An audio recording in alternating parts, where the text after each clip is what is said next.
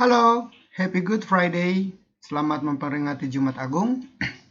Di video kali ini saya akan membahas tentang materi pengembangan pembelajaran matematika.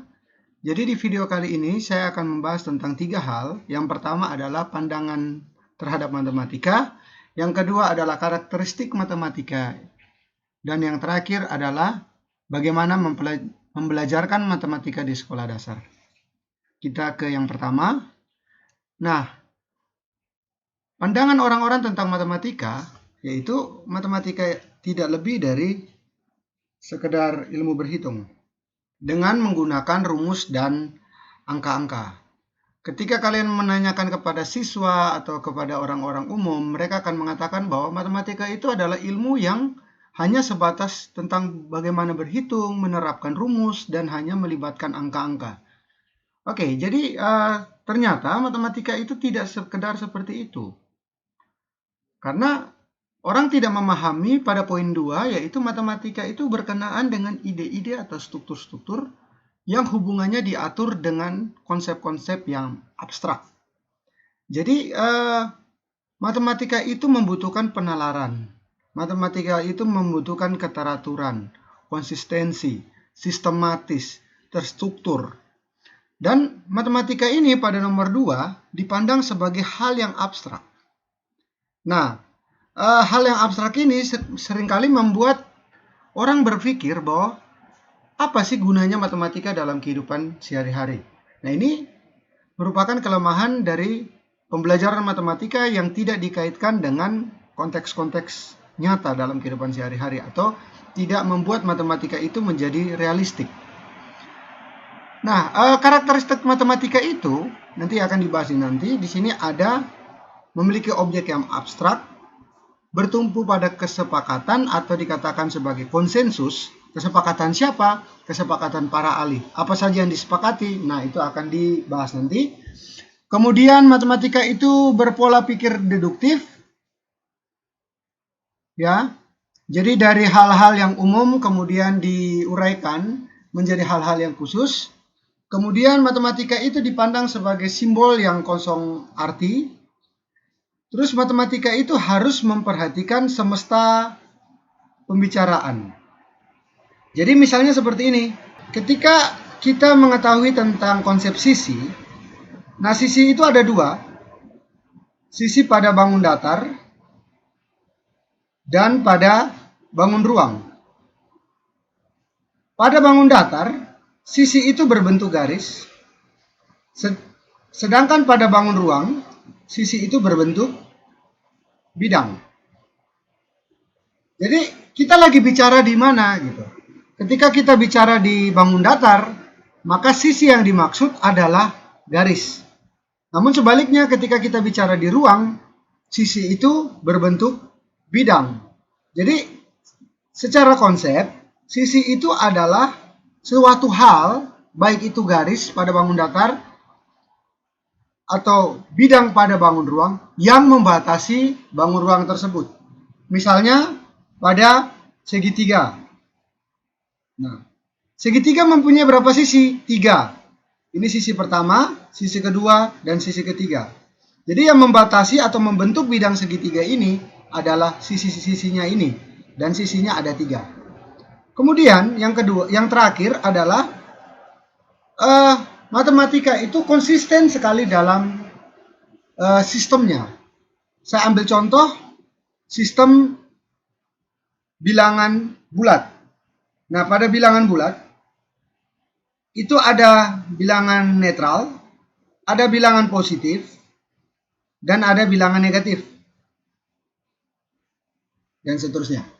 Jadi pada bilangan positif, semakin ke kanan pada garis bilangan, semakin besar. Misalnya kita pilih di sini 3.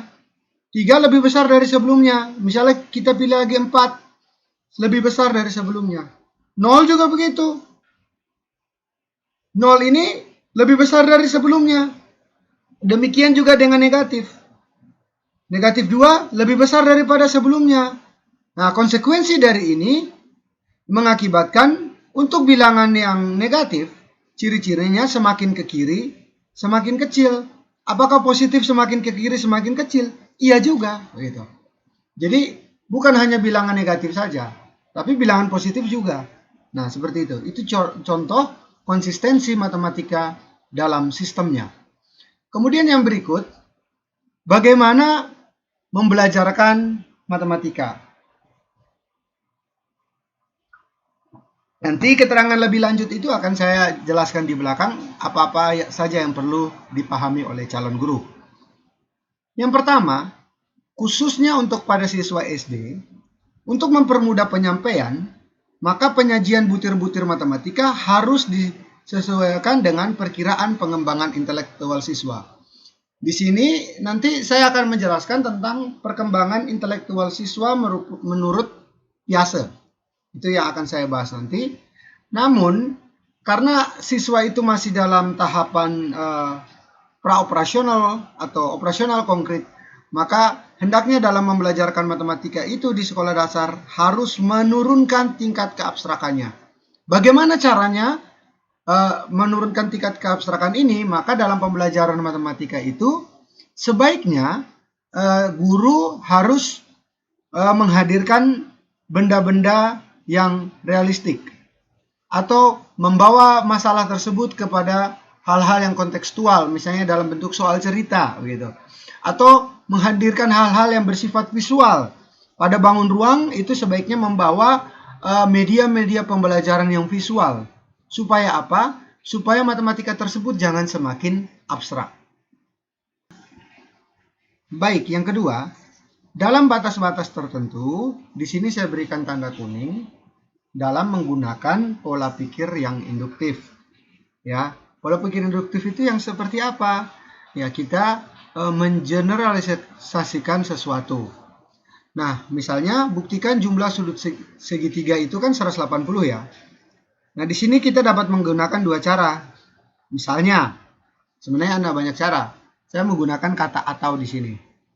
Nah, membuktikan sudut segitiga dengan mengukur, misalnya kita pakai busur derajat, atau menggunakan konsep hubungan antar sudut. Nah, ketika kita membelajarkan matematika di sekolah dasar, saya lebih memilih dengan cara mengukur. Karena mereka melakukan aktivitas-aktivitas yang empirik dan yang lebih mudah. Nah, ketika mereka menggunakan konsep hubungan antar sudut, misalnya garis yang berpotongan, garis yang berhadapan, dan sebagainya, itu akan sedikit kesulitan. Dan kita akan banyak menggunakan simbol di situ, sehingga siswa menjadi sulit dalam memahami atau membuktikan jumlah sudut segitiga. Dan yang terakhir, khususnya di siswa di sekolah tingkat rendah, belum dapat berpikir secara abstrak. Ini yang sudah saya jelaskan tadi. Dan menggunakan pola pikir induktif. Jadi dua hal ini agak susah. Misalnya dari hal yang dari definisi, kemudian itu kan deduktif itu kan dari umum ke khusus. Misalnya dari konsep segitiga, itu kita jangan menggunakan segitiga itu adalah kurva tertutup yang dibatasi oleh 3 sisi dengan jumlah sudutnya 180. Jangan seperti itu. Tapi kita menggunakan pola-pola pikir yang lain. Atau boleh berpola pikir yang deduktif tapi dengan menurunkan tingkat keabstrakannya ini. Ya, seperti itu. Jadi mereka belum bisa berangkat dari definisi, kemudian menurunkan teorema.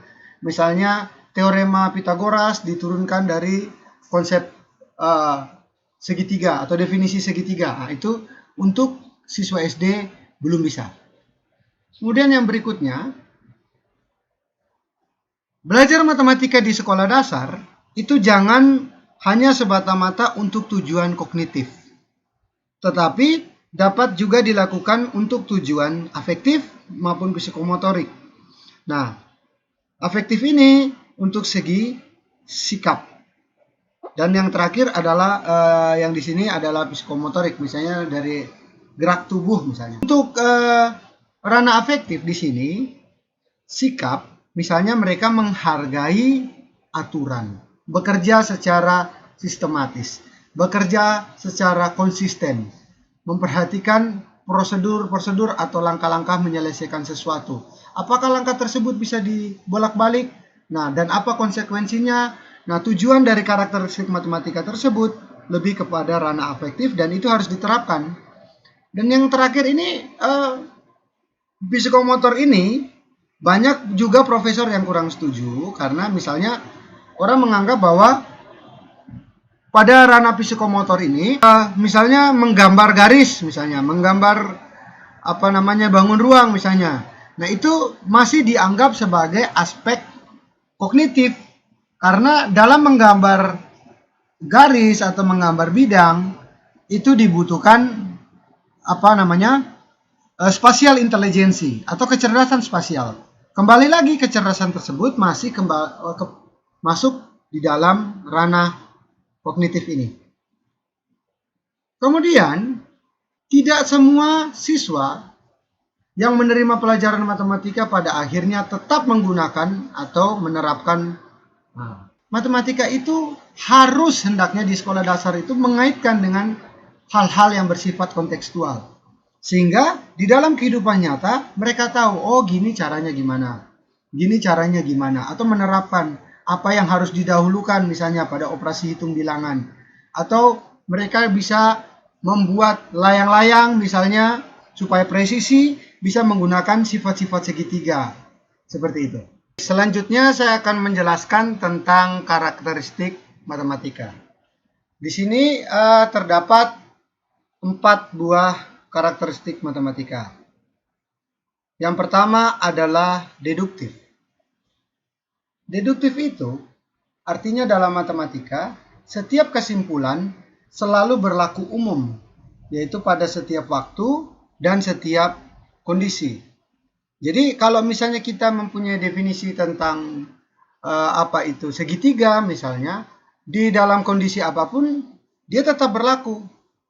Nah, misalnya segitiga itu punya banyak contoh. Ada segitiga tumpul, ada segitiga sama sisi, ada segitiga apa namanya sama kaki, ada segitiga lancip, ada segitiga sebarang. Nah, itu dia tetap mengandung atau mempunyai karakteristik yang dimiliki oleh segitiga. Apapun bentuk segitiganya, semuanya itu pasti mempunyai 3 sisi.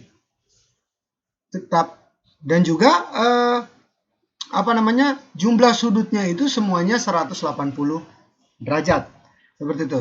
Tapi ada karakteristik khusus yang membedakan tiap-tiap segitiga, misalnya dari besar sudutnya. Kira-kira seperti itu. Kemudian yang kedua adalah matematika itu logis. Logis artinya harus masuk akal, benar menurut nalar, dan sesuai dengan logika.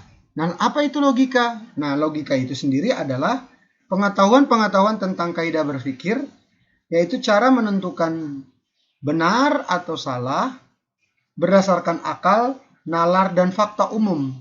Bukan berdasarkan perkiraan, estimasi, atau berdasarkan apa namanya opini. Itu tidak bisa. Opini pribadi tidak bisa. Makanya tadi matematika itu di poin yang sebelumnya, matematika itu berdasarkan kesepakatan. Kesepakatan itu kan diambil oleh pendapat juga, tapi disepakati oleh orang-orang yang ahli dalam matematika. Sehingga kebenaran itu dapat diterima oleh banyak pihak. Selanjutnya matematika harus sistematis. Artinya matematika itu dipelajari lewat konsep yang terstruktur, yaitu kalau misalnya konsep yang paling sederhana dan akan dikembangkan pada konsep yang lebih kompleks. Selain itu, konsep matematika juga saling berkaitan antar konsep. Kemudian misalnya dalam mempelajari geometri itu diperlukan konsep operasi bilangan. Misalnya kita mau hitung luas ya, kita harus tahu operasi bilangan. Misalnya ada volume, kemudian kita mau cari tinggi, ya kita pakai manipulasi aljabar. Tapi kembali lagi kalau di level SD maka kita ke operasi bilangan, misalnya seperti itu. Sebaliknya kalau misalnya kita mau mempelajari tentang konsep bilangan, konsep geometri juga diperlukan sebagai ilustrasi. Jadi seperti itu. Jadi oleh sebab itu dalam mempelajari matematika kita harus perlu untuk memperhatikan urutan konsep agar pemahaman yang diperoleh semakin komprehensif atau bersifat utuh. Selanjutnya adalah aksiomatik. Nah, karakteristik matematika yang ini memberikan pengertian bahwa matematika itu dibentuk lewat proses yang bermula dari konsep yang tidak terdefinisi dulu. Jadi awalnya orang tidak tahu segitiga itu apa, walaupun mereka lihat bentuknya. Tapi awalnya segitiga itu tidak didefinisikan. Nah, selanjutnya untuk membelajarkan ini maka harus didefinisikan dulu. Kemudian aksioma yang berlaku itu atau definisi tersebut harus disepakati secara umum oleh para pakar. Kemudian barulah dapat dikembangkan menjadi sebuah konsep baru yang disebut bisa juga dalil, teorema, sifat, dan lain-lain. Nah, kemudian yang selanjutnya itu matematika bersifat formal, artinya sesuai dengan aturan. Konsep matematika itu disusun berdasarkan aturan-aturan kesepakatan secara internasional, misalnya dia berlaku secara umum dan bersifat logis secara nalar. Nah, aturan tersebut harus dirumuskan lewat definisi, aksioma, teorema, dan sebagainya. Jika aturan-aturan tersebut dijalankan secara benar, maka hasilnya juga akan benar. Untuk pengertian karakteristik matematika secara formal itu seperti itu. Misalnya kita dapat membuktikan teorema Pythagoras dengan berbagai cara. Nah, itu harus setiap langkah-langkahnya itu harus memiliki konsekuensi yang logis. Harus berdasarkan terhadap aksioma atau teorema yang tertentu, sehingga itu merupakan jaminan dari kita mengambil setiap langkah yang kita lakukan, sehingga walaupun dengan cara yang berbeda, dengan pendekatan yang berbeda, hasilnya akan benar. Karena apa? Kita menggunakan langkah-langkah yang melalui penalaran yang logis. Berikutnya, matematika itu memiliki karakteristik yang simbolik. Simbolik artinya apa? Matematika itu adalah konsep yang disajikan dengan simbol atau notasi unik. Misalnya yang kita kenal itu pi. Pi itu misalnya 3,14. Misalnya seperti itu. Kemudian simbol sudut misalnya. Simbol sudut yang kayak gimana gitu. Misalnya seperti ini sudut. Nah, ini sudut. Jadi kita tidak perlu lagi nulis sudut itu apa gitu. Ya. Kemudian simbol tersebut harus unik, punya arti, serta digunakan secara umum di semua negara. Kayak pi itu dipakai di mana saja begitu ya. Ini tetap artinya itu 3,14. Ya, kira-kira seperti itu. Kemudian yang terakhir, matematika itu abstrak. Jadi sebenarnya matematika yang realistik itu adalah sebuah pendekatan saja. Dengan tujuan siswa dapat memahami matematika itu secara baik. Mengacu pada apa? Mengacu pada tahap perkembangannya. Semua elemen dalam matematika itu abstrak. Jadi begitu. Yang dimaksud dengan abstrak ini dia sudah berada pada tingkat yang lebih tinggi. Nah, ketika dia sudah berada pada tingkat yang lebih tinggi, matematika itu hanya dikembangkan lewat pikiran atau imajinasi saja. Jadi misalnya begini, pada pembelajaran di SD, kalian harus menghadirkan benda-benda visual. Misalnya menghadirkan balok, menghadirkan persegi, menghadirkan segitiga. Nah, ketika kita sudah naik ke level berpikir yang lebih tinggi pada siswa, misalnya pada siswa SMP, pada siswa SMA, mereka sudah tahu bahwa segitiga itu yang dimaksud begini. Nah, kelas 6 juga sudah tahu ya. Mereka sudah menggunakan penalaran-penalaran yang logis, imajinasi yang tepat, sehingga mereka sudah bisa membayangkan, oh bentuk segitiga itu yang kayak begini. Apa perbedaannya kira-kira? Persegi dan persegi panjang. Oh, terletak pada panjang sisi. Kalau pada persegi, semua panjang sisinya sama, sedangkan pada persegi panjang ada dua pasang sisi yang sama begitu. Jadi mereka sudah dapat membedakan tanpa harus melihat visual dari persegi dan persegi panjang itu seperti apa. Berikutnya, untuk membelajarkan matematika di sekolah dasar harus ada dua hal yang diperhatikan. Yang pertama, guru hendaknya memperhatikan tahapan perkembangan. Sini menggunakan tahapan perkembangan menurut Piaget. Nanti misalnya ada tahap perkembangan yang lain boleh ditambahkan atau harus ditambahkan. Kemudian yang berikutnya harus memperhatikan kesiapan konsep. Apa alasannya akan saya jelaskan. Yang pertama, tahapan intelektual. Baik, yang pertama, teori perkembangan kognitif, ini harus ada kognitif menurut Piaget ya. Ini nama orang. Kemudian ini adalah sebuah estimasi. Karena apa? Tahapan perkembangan masing-masing individu berbeda. Yang pertama itu adalah tahapan sensori motor. Nah, ini sekitar umur individu sekitar umur 1 sampai 2 tahun ya. Nah, pada tahap ini siswa belum dapat berpikir atau menggambarkan suatu kejadian atau objek secara konseptual. Jadi dia belum bisa omong. Terus belum dibentuknya skema atau skemata, itu belum sama sekali. Jadi pada tahap ini misalnya dia mau sesuatu dengan cara menangis, tapi dia tidak tahu bahwa menangis itu bagaimana. Apa yang terjadi ketika menangis? Misalnya air mata jatuh, kemudian mata menjadi lelah dan sebagainya. Itu dia belum tahu secara konseptual gitu.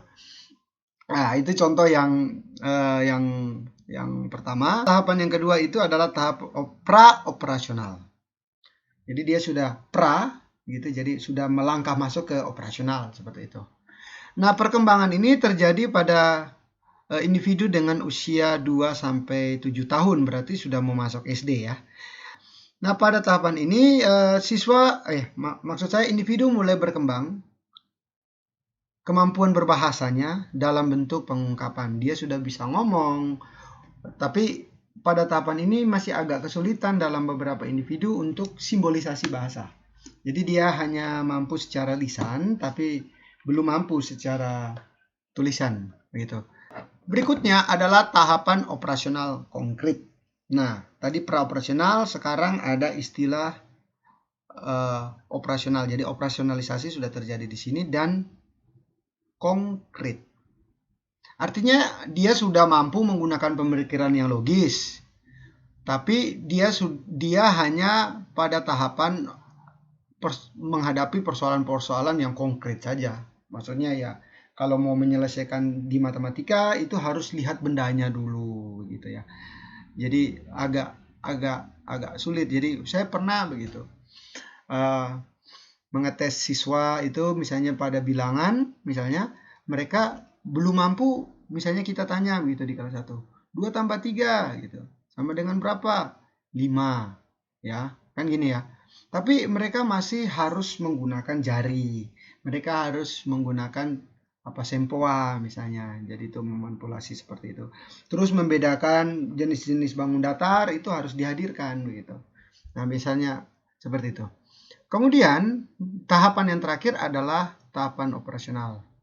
Nah, di sini saya ingin menjelaskan bahwa kalau pada tahap ini siswa atau individu berada pada usia 7 sampai 12 tahun. Ini estimasinya. Sedangkan pada tahapan ini 12 tahun ke atas. Oke, jadi ini hanya estimasi ya. Jadi belum tentu semuanya bisa begitu. Kadang misalnya di sini.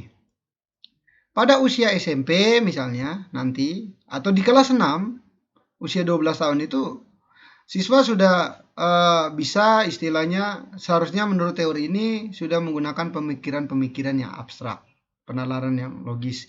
Jadi tidak perlu dihadirkan lagi benda-benda yang konkret seperti itu. Namun pada beberapa kasus dia belum selesai dengan tahapan operasional konkretnya. Jadi untuk membelajarkan bangun ruang misalnya pada kelas 6 itu ya tetap harus di bawah medianya. Menjelaskan tentang mana posisi juring misalnya pada bangun datar, pada lingkaran misalnya, bangun ruang misalnya mana ini, mana yang sisi, mana yang rusuk, mana yang diagonal bidang, mana yang diagonal ruang, itu harus dihadirkan dulu. Karena dalam beberapa kasus siswa belum bisa berpikir secara abstrak. Kemudian hal yang harus dipersiapkan yang terakhir adalah kesiapan konsep. Di sini saya menghadirkan 6 hukum kekekalan, ya bisa dikatakan seperti itu. Misalnya yang pertama itu kekekalan tentang bilangan. Jadi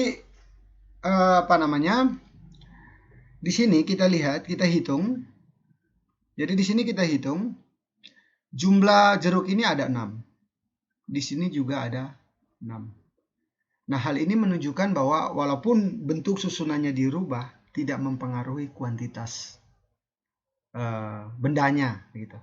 Jadi tidak ada perbedaan secara kuantitas jeruk yang disusun seperti ini maupun seperti ini. Yang kedua, di sini ada 2 buah garis. Garis A dan garis B itu sama panjangnya. Nah, walaupun garis itu dirubah bentuknya, jadi di sini harus begini, begini, dan begini, dan sedangkan ini berbentuk garis lurus saja, tidak ada titik belok misalnya, dikatakan seperti itu. Nah, panjangnya ya tetap sama. Misalnya pada keliling gitu. Kita contohkan konsep keliling. Misalnya, ini ada sebuah lapangan begitu ya. Nah, lapangan, terus kita ukur kelilingnya. Nah, gitu. Kita ukur kelilingnya dari titik A ke titik A kembali. Gitu. Nah, ukur kelilingnya misalnya kita menggunakan meteran atau kita menggunakan tali rafia misalnya begitu. Kita tarik dari sini ke sini, kemudian sini ke sini, dan kemudian sini ke titik D dan kembali ke titik A. Nah, tali rafia itu kalau dibentangkan dalam sebuah garis lurus. Nah, itu ternyata ukuran panjang garis lurus dari tali rafia itu sama dengan yang belok-belok di sini gitu ya. Nah, itu jadi bentuknya seperti apa, panjangnya itu tidak akan berubah. Kemudian yang ketiga adalah kekekalan berat. Di sini kita perhatikan alat ukurnya ini. Nah, di sini ada 2 benda yang berbeda secara bentuk. Ini yang pertama di sini dan yang kedua. Beda secara bentuk, jadi ini lebih tebal ya daripada ini. Namun memiliki berat yang sama. Misalnya kamu timbang 2 plastisin, katakanlah 2 plastisin, dan salah satu plastisinya itu, dua-duanya itu harus sama-sama beratnya sama. Kemudian salah satu dari plastisin tersebut dipadatkan, gitu ya. Ditekan sampai padat, kemudian ditimbang, ternyata tuh ya tetap sama. Jadi bentuk dan kepadatannya itu ya tidak merubah berat. Misalnya massa jenis nanti. Oke, yang berikutnya adalah kekekalan materi. Di sini kita fokus kepada jumlah air yang ada di dalam. Jumlah air pada 8 gelas ini sama dengan jumlah air yang ada di dalam akuarium ini. Jadi awalnya semua di gelas, kemudian dituangkan ke dalam akuarium ini, dan ini adalah air yang dari gelas asalnya. Jadi mereka bukan menganggap bahwa di sini 8 gelas. Kalau jumlah gelas iya 8, ini satu akuarium, tapi yang difokuskan adalah materi atau isi yang ada di dalamnya ini. Jadi walaupun wadahnya berbeda, isinya tetap sama. Begitu. Berikutnya adalah kekekalan luas. Di sini saya memberikan contoh, ada 4 buah gambar. Nah, pada masing-masing gambar itu terbentuk dari 4 buah segitiga sama sisi yang kongruen. Nah, secara konsep luas, kalian perhatikan, di sini 4 buah segitiga tersebut disusun dengan cara berbeda. Jadi misalnya ini saya namain 1, namain 2, namain 3, namain 4 misalnya. Masing-masing luasnya ini misalnya katakanlah 20. Maka totalnya pasti akan 80. Gitu. 20 kali 4. Nah, ini walaupun susunannya berbeda, ya tetap saja luasnya juga tetap 80. Ini juga luasnya tetap 80, ini juga luasnya tetap 80. Artinya bahwa walaupun bentuk susunannya dirubah, ya tidak mempengaruhi luasnya segitiga tersebut. Kemudian yang terakhir adalah kekekalan volume di sini. Pada awalnya di sini ada wadah 1, ada wadah 2. Oke, pada awalnya itu air di dalam wadah ini sebesar 50 ml. Kemudian dimasukkan sesuatu ke dalamnya, misalnya batu ya. Nah, kalian tahu bahwa di kelas 6 itu 5 dan 6 itu siswa sudah paham tentang bagaimana konversi. Jadi bisa juga konversi ke satuan panjang ke satuan liter, atau dari satuan liter ke satuan panjang, atau dari satuan liter ke satuan berat misalnya. Itu mereka sudah tahu. Jadi di sini mereka sudah paham bahwa berat benda yang volume benda yang dimasukkan ke dalam wadah ini adalah 20 ml. Nah, karena terjadi perubahan di sini, awalnya 50 ml menjadi 70 ml di sini. Oke ya. Jadi terjadi siswa sudah tahu bahwa kenaikan jumlah volume air yang di dalam wadah ini diakibatkan oleh benda yang dimasukkan. Dan mereka juga tahu bahwa benda yang dimasukkan itu volumenya adalah 20 ml. Nanti 20 ml ini tinggal dikonversi saja ke satuan pengukuran berat, misalnya begitu. Oke. Sekian presentasi dari saya. Berikutnya saya memberikan tugas. Nah, tugasnya itu adalah kalian harus mengembangkan materi. Jadi, minta maaf kalau saja materi saya tidak lengkap, maka di poin 1 ini kalian harus mengembangkan materi. Jadi, jangan pakai materi ini lagi, tapi materi yang telah dikembangkan. Nanti saat presentasi, kalian harus menunjukkan pengembangannya di mana, gitu. Tapi menurut perspektif Anda. Kemudian harus yang lebih luas, lebih kompleks, maksudnya lebih kompleks. Kemudian sajikan itu dalam PowerPoint, dan cara mempresentasikannya harus lebih baik. Jadi jangan membacakan saja isi dalam PowerPoint-mu, tapi lebih baik diberi poin-poinnya saja, kemudian dijelaskan. Boleh intip-intip sedikit lah, tapi jangan hanya menjadi kelas membaca. Kemudian yang terakhir adalah berikan contoh kesiapan konsep matematis yang harus dikuasai siswa dan materi yang akan diajarkan. Misalnya saya ambil contoh pada materi perkalian misalnya, maka persepsi atau materi pelajaran prasyarat yang harus dikuasai itu adalah penjumlahan. Atau siswa ingin mempelajari tentang pembagian, maka persepsi atau materi yang harus dikuasai siswa adalah pengurangan, seperti itu. Oke, baik, itu adalah presentasi dari saya. Selamat mengerjakan tugas, selamat berlibur. Kita bertemu lagi di minggu depan, dan selamat merayakan Paskah. Tuhan memberkati kita semua.